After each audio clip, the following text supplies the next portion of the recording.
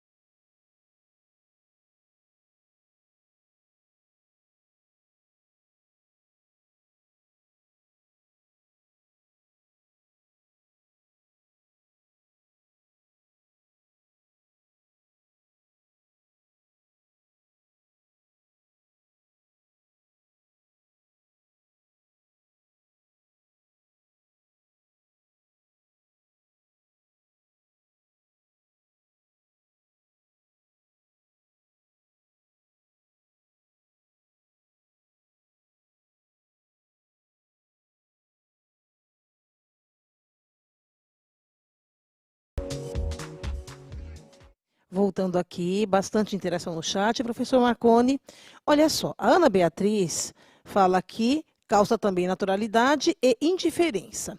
A Natália fala sobre estranheza. A Gabriele, para a pergunta 1, naturalidade. Para a pergunta 2, diversidade. E para a pergunta 3, ela responde que não. A Yasmin, para a pergunta 1, responde estranheza. Para a pergunta 2, por causa dos países que criam seu modo de viver. E para a pergunta 3, a resposta é não. Gustavo, para a pergunta 1, fala que causa estranheza. Para a pergunta 2, diferentes colonizações, ele acredita que é por causa disso. E a pergunta 3 aí, ele responde que não, cada povo tem sua percepção. Além disso, vários outros estudantes falaram, né, que varia de acordo com a cultura, né, de cada região, né, de cada sociedade. É isso. Perfeito, Márcia. Muito obrigado aí pela sua moderação. Eu acompanhei aqui no chat também a interação de vocês. Gente, a gente fica muito feliz com essa participação toda. Quero parabenizar aqueles que colocaram a questão da colonização. É uma percepção muito interessante. Eu vi que teve um aluno que colocou, olha, coloca 30 minutos para a gente fazer essa atividade. E é importante vocês perceberem isso, como que cada ponto que a gente trabalha aqui, eu costumo brincar que tem assuntos que eles não dão uma aula, eles dão um curso, só um tema que a gente coloca aqui dentro da aula. Por isso a importância, né, de você trocar esse conhecimento com o seu professor. Inclusive, a gente quer aqui também agradecer a presença dos professores que acompanham as nossas aulas no Centro de Mídias.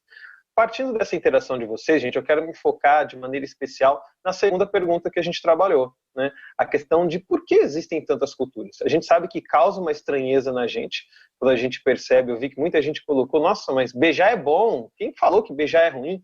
E a gente viu aqui nesse estudo que, do ponto de vista de quantidade de culturas, muitas delas consideram isso nojento, algo que não faz sentido.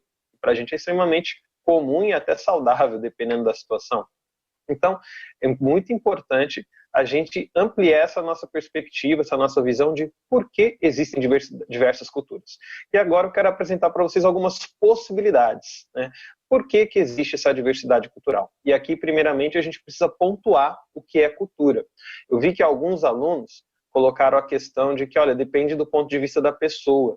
Não que a sua visão esteja incorreta, mas do ponto de vista de conceito, a cultura, ela nunca é uma coisa individual. A cultura é uma construção coletiva, assim como a moral. A moral, ela não é algo que é do indivíduo, ela é do coletivo. A gente pode se adequar ou não à nossa cultura, à moral da nossa cultura, mas a moral e a cultura são construções coletivas, não individuais. Essa individualidade que tem mais característica da nossa personalidade, da nossa identidade, obviamente sabendo que esses dois pontos, a identidade e a personalidade, são sim afetados pela nossa cultura. Mas como eu disse, só isso daí já dá um curso para a gente. Então, avançando, a gente pode entender cultura por dois caminhos. Um, como transformação da natureza.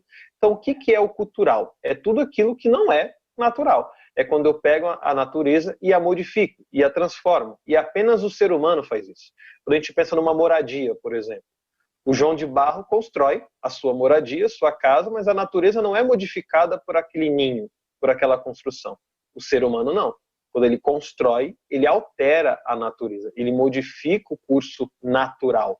Então a gente percebe aqui o como que a cultura se diferencia da natureza por essa transformação que o ser humano imprime nela. E a gente também pode entender a cultura como uma atribuição simbólica de significado, ou seja, a cultura é quando o ser humano ele atribui sentido, atribui significado a elementos da sua vida cotidiana. A cor, por exemplo. A gente sabe que as cores podem estar associadas a sentimentos. Quando a gente está de luto, a gente associa muitas vezes ao preto, né? A paz a gente associa ao branco. Né? A gente sabe, hoje se discute muito essa questão de gênero, mas ainda é um padrão essa noção do azul para o menino, do rosa para a menina, embora isso esteja sendo muito discutido, mas só para a gente entender essa atribuição de sentido e significado a diversas coisas, como, por exemplo, aqui, as cores. E por que, então, que a gente tem tantas culturas diferentes? Por que a gente atribui tantos significados diferentes ou altera a natureza de tantas formas diferentes a ponto de nós termos culturas diferentes? E aí nós temos algumas perspectivas. Por exemplo, o determinismo geográfico, que vai trazer aquela ideia de que as condições do ambiente, do clima, fazem com que a gente tenha uma relação com a natureza que produz uma cultura diferente, né? Então, acesso a recursos naturais, né? Os animais da região. A gente tem uma teoria, por exemplo, que defende que o avanço, embora essa palavra também pode ser muito questionada, né? O avanço das civilizações europeias, né? Pode estar associado a uma questão de evolução natural. Enquanto na Europa, na Ásia, nós tivemos aí animais como o cavalo, a vaca, né? Na própria África, em outros lugares, animais que evoluíram, pegando aqui a teoria da evolução das espécies, de tal forma que eles se tornaram eficientes para a agricultura, para a guerra e para a alimentação. Na América, de um modo geral, especialmente na América do Sul, nós não tivemos este mesmo tipo de evolução. Então, os animais nativos da América do Sul, originários da América do Sul, não eram animais tão propícios para o conflito, para a guerra, para trabalhar a agricultura. Então, isso teria gerado culturas diferentes. Lógico que isso é apenas uma perspectiva.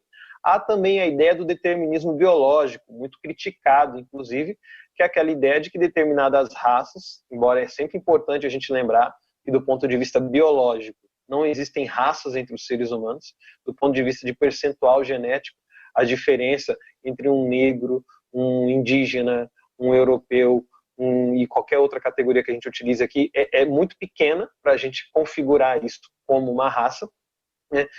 Mas, de qualquer forma, há aqueles que entendem que essas diferenças culturais podem vir de um determinismo biológico. Mas, via de regra, a teoria mais aceita hoje, considerando, obviamente, que nós temos sim uma herança genética que pode ter sido herdada a partir da influência do ambiente, né? E aí entra a questão geográfica. No final das contas, as culturas são diferentes por conta de uma construção histórica e social dos símbolos. Ou seja, na medida em que os seres humanos vão se relacionando uns com os outros, com o ambiente, né, com os eventos, inclusive históricos, a gente vai alterando e construindo a nossa cultura, a nossa língua, né, as nossas crenças, a nossa moral, a nossa alimentação e uma série de outras questões. Quero colocar aqui na tela para vocês agora um texto do filósofo Montaigne, que ajuda a gente a trabalhar um pouco essa noção, essa ideia de como a gente deve lidar com essa diversidade cultural, para a gente refletir. E o texto do Montaigne diz o seguinte: não há nada bárbaro e selvagem nesta nação. Pelo que me foi dito, exceto que todo mundo chama barbárie o que não é do seu costume, bem como que não temos outro teste da verdade e da razão, além do exemplo e da ideia das opiniões e costumes do país em que estamos. Montaigne, na sua obra Ensaios, isso daí escrito no ano de 1580. Então vejam que o Montaigne já traz para a gente essa ideia de que a gente chama de estranho, como eu perguntei para vocês agora há pouco na nossa primeira atividade, aquilo que não faz parte da nossa cultura. Né? Montaigne está naquele contexto das colonizações, né? E aí tinha essa ideia de chamar de bárbaro, como os romanos chamavam de bárbaros aqueles que não faziam parte do seu império, e a gente tem essa tendência de barbarizar. A gente sabe que a palavra barbárie, inclusive, ganhou uma conotação negativa com a evolução do tempo, com o passar do tempo, e a gente entende que é bárbaro, né? E aqui não bárbaro no sentido de maravilhoso, mas no sentido de estranho, de grotesco, muitas vezes, aquilo que é estranho para a gente, né? Aquilo que é diferente da cultura, da moral do nosso país. Então a gente trabalhou aqui a questão do beijo, mas a gente sabe que tem diversos outros hábitos de alimentação, de vestimenta, de crenças, que para a gente é estranho, para outra cultura é normal, e vice-versa. Coisas que para eles é extremamente comum, né? A gente acha estranho, e coisas que para nós são comuns, eles olham com uma certa estranheza. Por isso que o bárbaro e o comum, a gente percebe que no final das contas é relativo. Falado disso, a gente vai fazer uma atividade, mas antes da gente entrar na atividade, eu quero fazer uma retomada com vocês. E por que eu estou inserindo essa retomada agora nas nossas aulas, gente? Porque eu percebi que muitos alunos chegam depois e a gente vê aquelas perguntas. É aula de quê? Né? Qual que é o assunto? Qual que é o tema? Então, durante as nossas aulas, a gente vai inserir aqui uma retomada para contextualizar aqueles que chegaram depois, que a gente está falando, sobre o que, qual que é o tema, qual que é a habilidade. Então, retomando, o conteúdo da nossa aula aqui é a filosofia e outras formas de conhecimento, mito, cultura, religião, arte e ciência.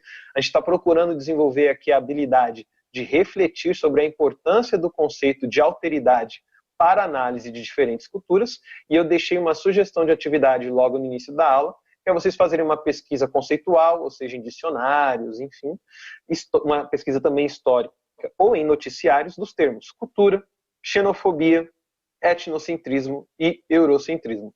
Falado disso, antes da gente ir para a atividade, melhor dizendo, a gente vai dar uma olhada agora num outro texto, né, para ajudar a gente a perceber como que a gente constrói essa alteridade. Já já a gente vai definir isso. Eu sei que eu estou falando aqui alteridade, para alguns pode ainda não estar claro, mas primeiro é importante a gente perceber o quanto ela é necessária, e aí, a partir disso, instigando, percebendo essa necessidade, então, me dá isso daí que eu quero. E aí a gente vai entender o que é alteridade. Nesse sentido, a gente vai ver um trecho do livro O Espírito das Leis, do Montesquieu, para nos ajudar, nos auxiliar nessa construção. E esse texto diz o seguinte: existem certas ideias de uniformidade que às vezes atingem a genialidade, pois afetaram até Carlos Magno, imperador, mas infalivelmente causam uma impressão em pequenas almas. Elas descobrem em seu interior um tipo de perfeição que reconhecem porque é impossível para elas não ver os mesmos pesos, as mesmas leis no Estado, a mesma religião em toda parte. Mas isso é sempre certo e sem exceção? O mal de mudar constantemente é menor do que o do sofrimento? E a grandiosidade do gênio não consiste mais na distinção entre aqueles casos cuja uniformidade é requisito e aqueles em que há necessidade de diferenças? Então veja que o Montesquieu traz para a gente essa ideia de que muitas vezes alguns gênios vêm com aquela proposta de, olha, vamos padronizar, todo mundo igual, todo mundo do mesmo jeito. Quando a gente coloca a educação, por exemplo, hoje se fala muito do ensino híbrido, e uma das grandes características do ensino híbrido é a possibilidade de personalização, de você trabalhar com o ritmo do aluno, com o conhecimento prévio do aluno, para a gente conseguir chegar numa situação de equidade, que é diferente da igualdade, né? Ou seja, a equidade é quando você, considerando as diferenças que nós temos, naturais, psicológicas, sociais, econômicas e assim por diante, você dá uma condição igual de oportunidade ou de lutar por uma oportunidade. Então, a equidade é a igualdade na condição de batalhar por algo, não a condição de ser igual na sua essência, porque isso a gente sabe que nós não somos. E aí o Montesquieu traz essa ideia, né? Tem gente que acredita que está sendo gênio ao propor essa padronização, e essa ideia sempre encontra aquelas pessoas que consideram isso uma excelente ideia. Ele fala, olha, vamos parar para analisar. Eu sei que muitas vezes é tentador ver o mesmo peso, as mesmas leis, as mesmas religiões em todo lugar, só que não é bem assim. Inclusive, a verdadeira genialidade é a gente aprender a diferenciar, distinguir aquilo que é bom que seja igual, que seja uniforme. Tem coisas que são importantes, sim, uniformizar, né, pela nossa condição, pela natureza humana que nós possuímos, pela nossa igualdade perante a lei. Mas tem outras situações que a riqueza está justamente na diversidade, na variedade. Falado disso, a gente pode falar do conceito de alteridade. Do ponto de vista etimológico, gente, a alteridade é uma ideia muito simples. Significa ser o outro. Então, alteridade é ser o outro. Reconhecer que existe um outro e que para este outro, eu também sou um outro. Pode ficar um pouco confuso para vocês aí, mas é algo até muito simples, né? Existe o eu e existe o outro, né? Para aquele outro, eu sou o outro. Nesse sentido, todos nós devemos aprender a respeitar e reconhecer a diversidade. Eu não sou o único eu que existe. Existem outros eus por aí. E a alteridade é a percepção dessa realidade. Nesse sentido, eu passo a considerar o valor da legitimidade e de quem é diferente, né? Então, a alteridade é a consideração do valor e da legitimidade do que e de quem é diferente, né? Tanto as coisas quanto aqueles que são diferentes são legitimamente diferentes. Não tem mal nenhum nisso daí. Nesse sentido, a alteridade pode envolver o sentimento de empatia, Lembrando que a empatia é sentir o sentimento do outro, colocar o seu coração no outro, né? A palavra pathos está ligada à questão da paixão, do sofrimento, e esse em significa dentro. Então, o que é uma pessoa empática? É uma pessoa que sente o outro, né? Sofre com o outro, se importa com o outro. Nesse sentido, é importante também a gente entender que alteridade, gente, não significa tolerância. Isso é muito importante, porque às vezes a gente escuta essa palavra, que é uma palavra que tem um certo valor, olha, a gente tem que tolerar, né? Tem que respeitar, mas tolerância e respeito não é a mesma coisa. Porque o respeito considera a legitimidade e o valor do diferente. A tolerância é aquela visão de que, olha, é diferente, eu aceito, mas é inferior, né? Então eu entendo que aquele diferente, aquele estranho, aquele outro é inferior, não tem o mesmo valor que a minha visão, que os meus valores, que aquilo que eu considero correto. Então a tolerância é quase um suportar aquilo que é ruim. Então, a gente não está falando aqui disso. Cada um tem o seu valor. São diferentes, mas a gente não faz esse juízo de valor de melhor ou pior, né? Nesse sentido, existe um filósofo chamado Emmanuel Levinas, e ele, inclusive, trabalha essa ideia de que a alteridade constrói a nossa identidade. Ele tem uma frase muito interessante que ele fala assim, não vou nem dizer que é uma frase, é uma ideia. Ele vai dizer, olha, nós precisamos cuidar do outro, porque grande parte do que nós somos foi feito pelo outro, né? O idioma que eu falo não fui eu que fiz, né? A roupa que eu uso, tirando aí algumas raras exceções, o alimento que eu tomo, né? Tudo que eu tenho, né? Eu vi a Fabiana agora há pouco conversando com algum aluno que questionou essa questão do isolamento social, não isolamento social no sentido da pandemia, mas das pessoas que não são muito sociáveis. E ela falava, olha, é impossível você não ter necessidade do outro. Afinal de contas, todos nós desfrutamos do trabalho do outro, na nossa alimentação, na nossa moradia, e assim por diante. E, inclusive, é a existência da diversidade que me torna único. E aqui a gente percebe a relação entre alteridade e identidade, né?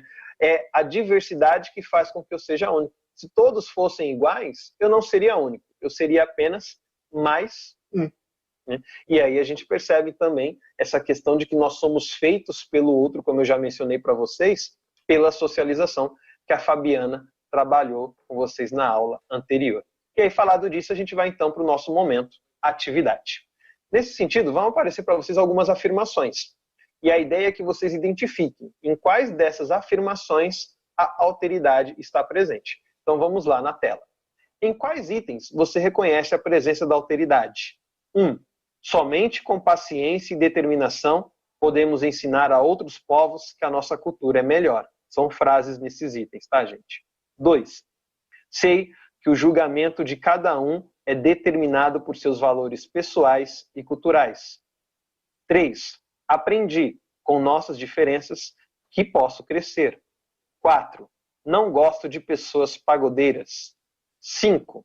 Homem não chora. 6. Para os estranhos, o estranho sou eu. 60 segundos para a gente identificar quais dessas frases têm em si a presença da alteridade. A gente volta com a Márcia em breve.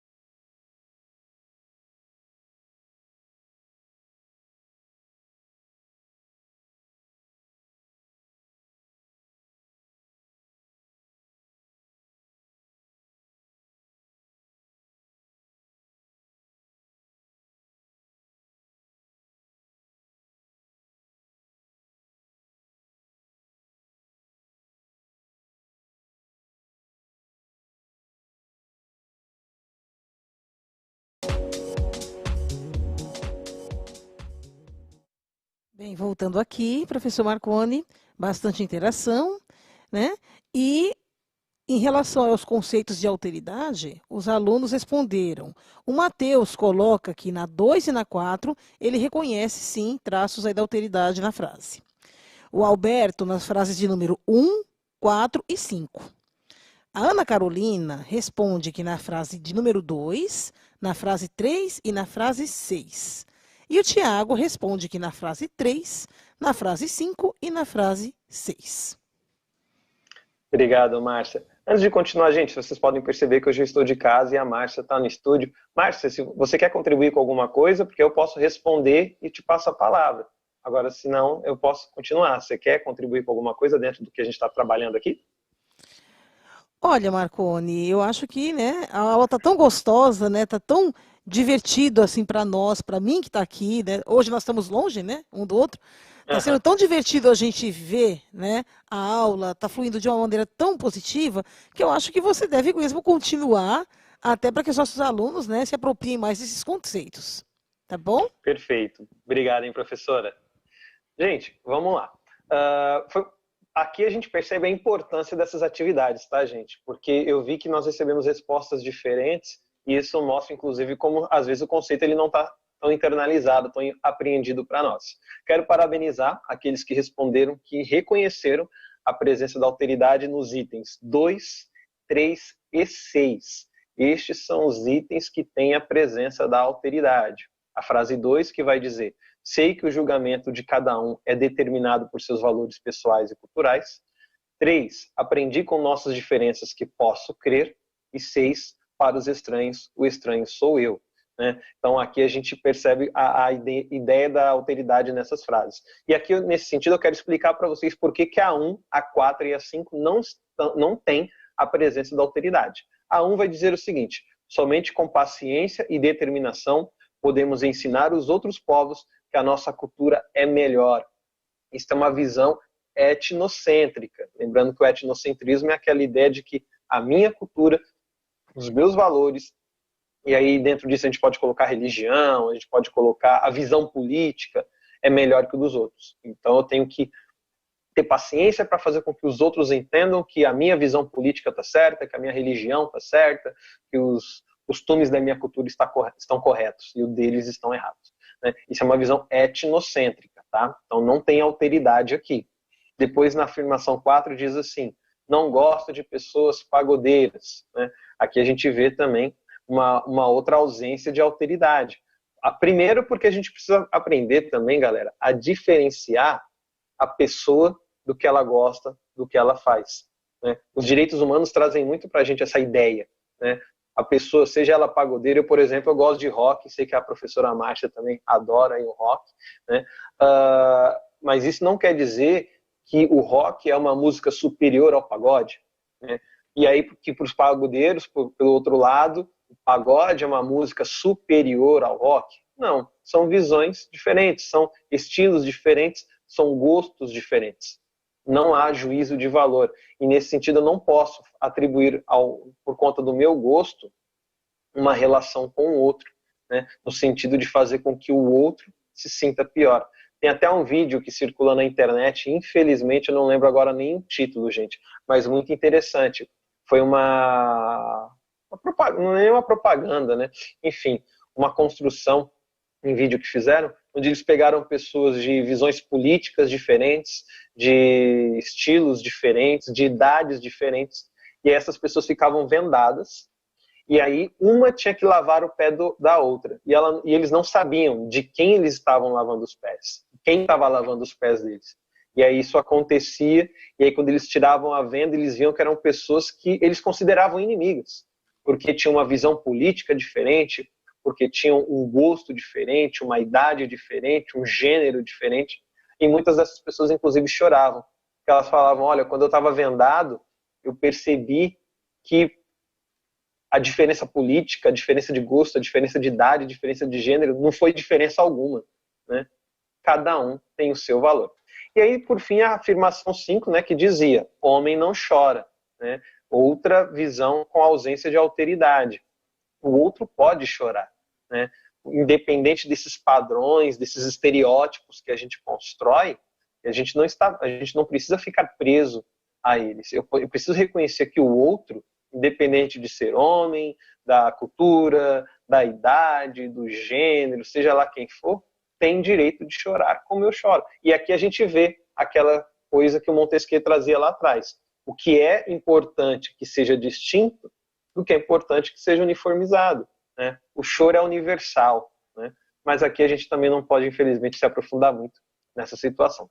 Falado disso, gente, agora eu quero colocar para vocês na tela algumas questões de avaliação pessoal. A nossa aula já está terminando, então agora a gente vai fazer apenas aqui alguns encaminhamentos para que vocês identifiquem o que vocês podem trabalhar, você, professor, com o seu aluno, vocês, alunos, seja para seu crescimento pessoal, seja para a composição aí da sua nota, beleza? Então, a avaliação e reflexão pessoal de hoje, ela vai trazer 4 pontos. Primeiro é o seguinte: em quais situações do meu cotidiano eu preciso desenvolver a alteridade? Então, pensa aí. Isso aqui é uma reflexão pessoal, gente, mas o professor pode transformar numa redação, num questionário para os alunos responderem. Aí vai a liberdade de cátedra e a negociação, o acordo entre aluno e professor. Então, olhando para o meu cotidiano, para o meu dia a dia, onde eu percebo que eu não estou exercendo a alteridade, eu tenho vivido com rótulos, eu tenho vivido com estereótipos, eu tenho feito esse juízo de valor, né, de superior, inferior, de certo e de errado.